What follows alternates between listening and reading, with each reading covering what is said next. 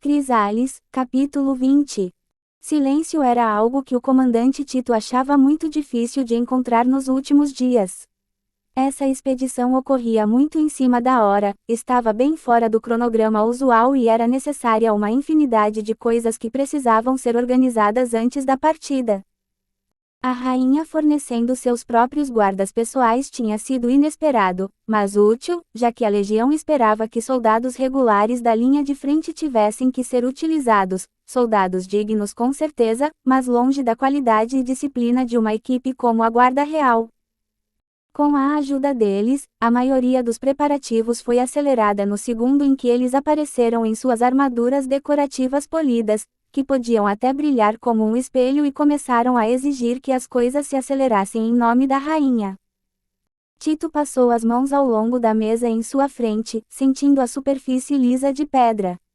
Uma coisa incrível, madeira de pedra, crescia como uma árvore, direto do solo das profundezas da masmorra, mas na verdade era pedra sólida.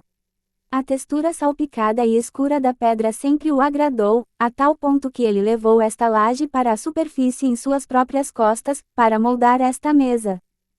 Sua mão desceu para a parte inferior da mesa, bem ao lado das gavetas de madeira que haviam sido fixadas sob a superfície. Ele pressionou um local específico por um momento e esperou. Houve um clique suave e uma pequena parte retangular de pedra começou a subir na superfície da mesa, com as bordas que eram invisíveis no segundo anterior. Usando uma mão, Tito levantou o restante para revelar um pequeno compartimento forrado de tecido, onde dentro haviam 6 pequenos frascos de vidro, tampados com prata retorcida entalhada com runas minúsculas, mas precisas. 2 dos frascos estavam vazios, mas os outros 4 continham um líquido brilhante, com a luz azul instantaneamente preenchendo o escritório escuro. Com um suspiro, Tito começou a puxar a manga da camisa e quando a manga passou por seu cotovelo, uma escrita intrincada começou a aparecer em sua pele. Pareciam círculos com símbolos estranhos, que não haviam sido pintados na pele, mas que foram impressos de alguma forma que os deixavam pulsando com uma aparência viva. Pegando um dos frascos, Tito colocou a tampa prateada diretamente no centro dos símbolos. Lentamente a princípio, depois com velocidade crescente, os desenhos circulares em seu braço começaram a girar e emitir luz.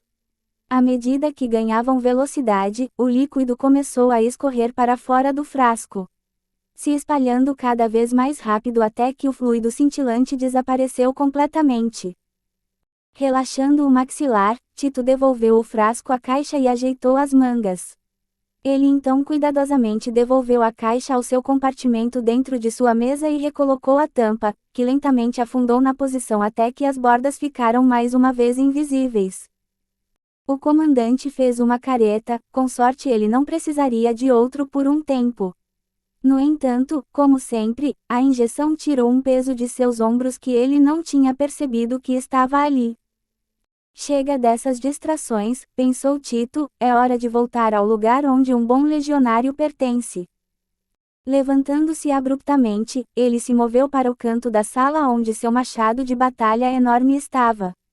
Usando uma única mão, ele ergueu a enorme massa de metal e jogou o cabo por cima do ombro. Ele teria que afiar a coisa velha hoje se quisesse prepará-la a tempo para a ação. Você tem alguma ideia de por que eles estão trazendo aqueles caras conosco, Mirim? Donelan perguntou. Mirim balançou a cabeça. Ela também ficou intrigada com o porquê do grupo de uma dúzia de prisioneiros maltrapilhos, cada um deles condenado à morte, sendo escoltados para a masmorra por um esquadrão de legionários mais velhos. Os 2 aprendizes finalmente alcançaram o nível 30 em suas respectivas funções, com Mirim sendo arqueira e Donelan sendo mago de fogo. Quando um legionário alcançava o nível 30, ele era capaz de ser promovido ao status de legionário completo, no entanto, a cerimônia acontecia nas profundezas da masmorra. Mirim estava animada para isso, mas também um pouco ansiosa. Nenhum dos aprendizes tinha ideia do que era a cerimônia ou por que ela era realizada nas profundezas da masmorra e os legionários que sabiam nunca diziam uma palavra. Não foi a primeira vez que ela ficou impressionada com exatamente quantas pessoas comuns não sabiam sobre a legião. Um exército particular que existia há 3.000 anos, desde que a civilização foi levada à beira da destruição quando a masmorra foi aberta pela primeira vez. A legião era algo de que todos ouviam falar, mas que poucos conheciam sobre. Ela afirmou sua determinação, logo os segredos da legião seriam seus segredos, e ela os manteria bem. Os dois estavam atualmente no que os aprendizes gostavam de chamar de Caverna dos Novatos. Os monstros que normalmente ocupavam esta caverna eram os mais fracos que podiam ser encontrados na masmorra, tornando-se o campo de aprendizado perfeito para os recém-chegados. Muitos mercenários da masmorra ainda eram feridos aqui, não importava quantas vezes eles fossem informados de que os níveis dos monstros da masmorra eram totalmente diferentes dos monstros que viviam na superfície, que eles nunca ouviriam falar antes. Um monstro de nível 1 na masmorra poderia facilmente esmagar um de nível 10 da superfície. Aqueles aventureiros estúpidos eram um incômodo constante para a legião. Todo mundo queria avançar de nível, caçar núcleos de monstros e obter componentes valiosos para terem lucro, mas não pensavam nas equipes de resgate da legião, que tinham que resgatá-los constantemente quando mordiam mais do que podiam mastigar. A preparação da expedição durou o dia e a noite toda. Os suprimentos foram levados para a caverna e baixados por um poço secreto na parede. Donelan tinha contado a ela como os magos da terra desfizeram suas ilusões e moveram as paredes de rocha para revelar o elevador de suprimentos completo, com sistema de cordas, que permitia que materiais e suprimentos fossem baixados mais profundamente na masmorra, para serem pegos em outro local escondido quando a expedição o alcançasse. Vocês estão preparados para a expedição, aprendizes? Perguntou uma voz feminina confiante. Reconhecendo o som da voz da tribuna Aurélia, Donelan e Mirim imediatamente ficaram a postos.